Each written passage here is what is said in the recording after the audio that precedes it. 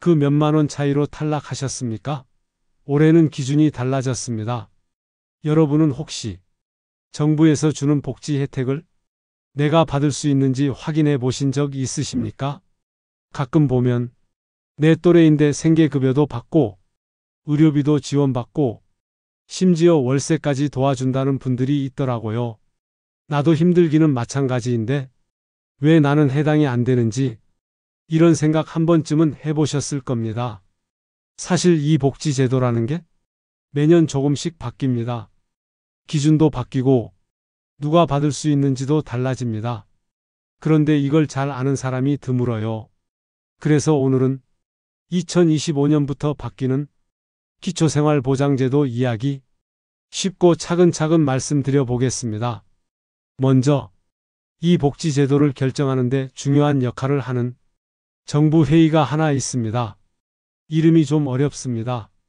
중앙생활보장위원회라는 곳입니다.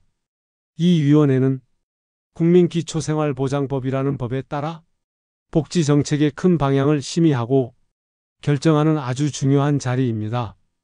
여기엔 보건복지부 장관이 위원장으로 있고 국토부, 교육부, 기재부 같은 주요 부처의 차관들 그리고 외부 전문가들까지 포함해서 총 16명이 위원으로 활동합니다.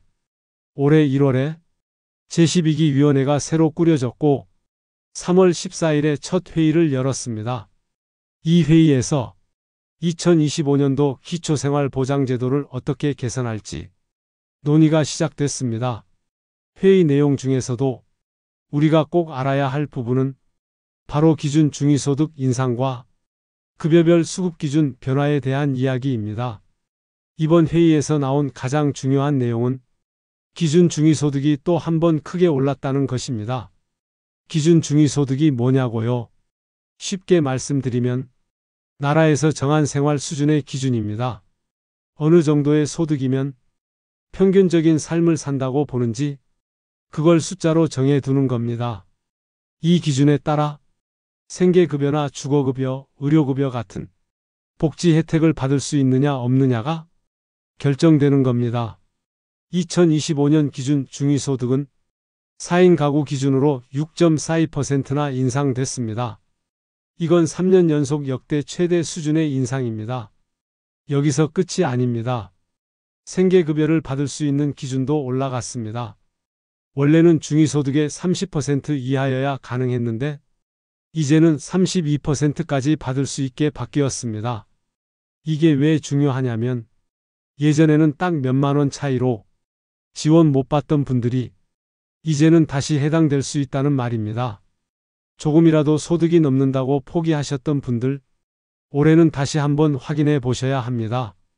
이 외에도 자활급여, 의료급여, 주거급여, 교육급여 같은 다른 지원 항목들도 올해 안에 기준이 조정될 수 있다고 합니다. 소위원회에서 지금 논의 중이고 그 결과에 따라 하나씩 발표된다고 하니 꼭 관심 가지셔야 합니다. 많은 분들이 이런 말씀하십니다.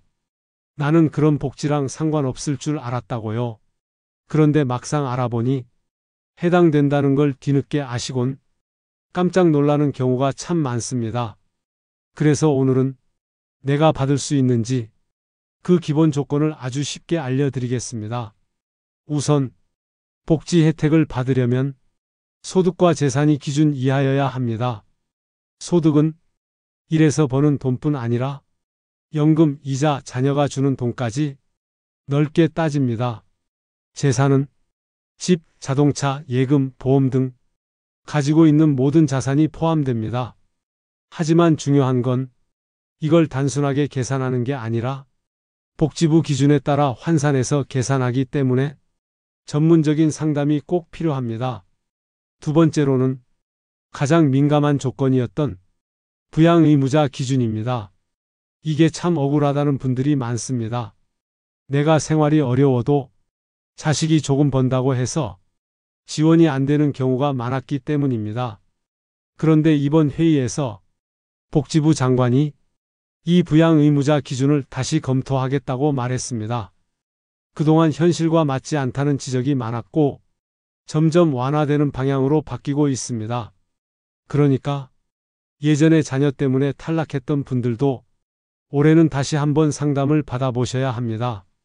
이런 제도는 변화가 생기면 제일 먼저 확인하는 사람만 혜택을 받을 수 있습니다. 몰라서 못 받는 게 제일 억울한 겁니다. 여러분, 복지라는 건 그냥 가만히 있으면 누가 챙겨주는 게 아닙니다. 알고 있는 사람, 먼저 움직인 사람이 혜택을 받게 돼 있습니다. 이번처럼 기준이 바뀌었을 땐 내가 해당되는지 반드시 다시 확인해 보셔야 합니다. 조건이 안 되는 줄 알고 포기했던 분들 중에 알고 보니 가능했던 경우 정말 많습니다. 살면서 어려운 시기도 있고 갑작스러운 병이나 사고로 소득이 끊길 수도 있습니다. 그럴 때 이런 제도는 생명을 지켜주는 안전줄이 될 수 있습니다. 지금 바로 가까운 주민센터나 복지 담당 부서에 문의해 보시고 가능하면 자녀나 지인에게 함께 알아봐 달라고 부탁하셔도 좋습니다. 그리고 기억하셔야 할 건 이 제도는 매년 바뀐다는 점입니다. 2025년은 기초생활보장제도가 시행된 지 벌써 25년이 되는 해입니다. 그리고 맞춤형 급여로 바뀐 지도 10년이 됐습니다. 이제는 국민이 주체가 돼서 내가 받을 수 있는 복지, 내가 찾아서 챙겨야 할 때입니다. 오늘 영상이 여러분께 작은 도움이 되었기를 바랍니다. 앞으로도 이런 정책과 제도 변화 쉽게 풀어서 알려드리겠습니다.